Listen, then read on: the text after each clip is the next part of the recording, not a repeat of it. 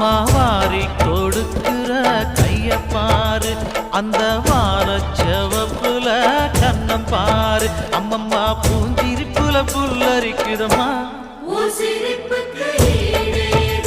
அம்மா கண்ணில் தெரியுதே வீரதீபம். அவ சங்கு கழுத்துதான் பவளமாகும். எங்க அம்மா எழுந்து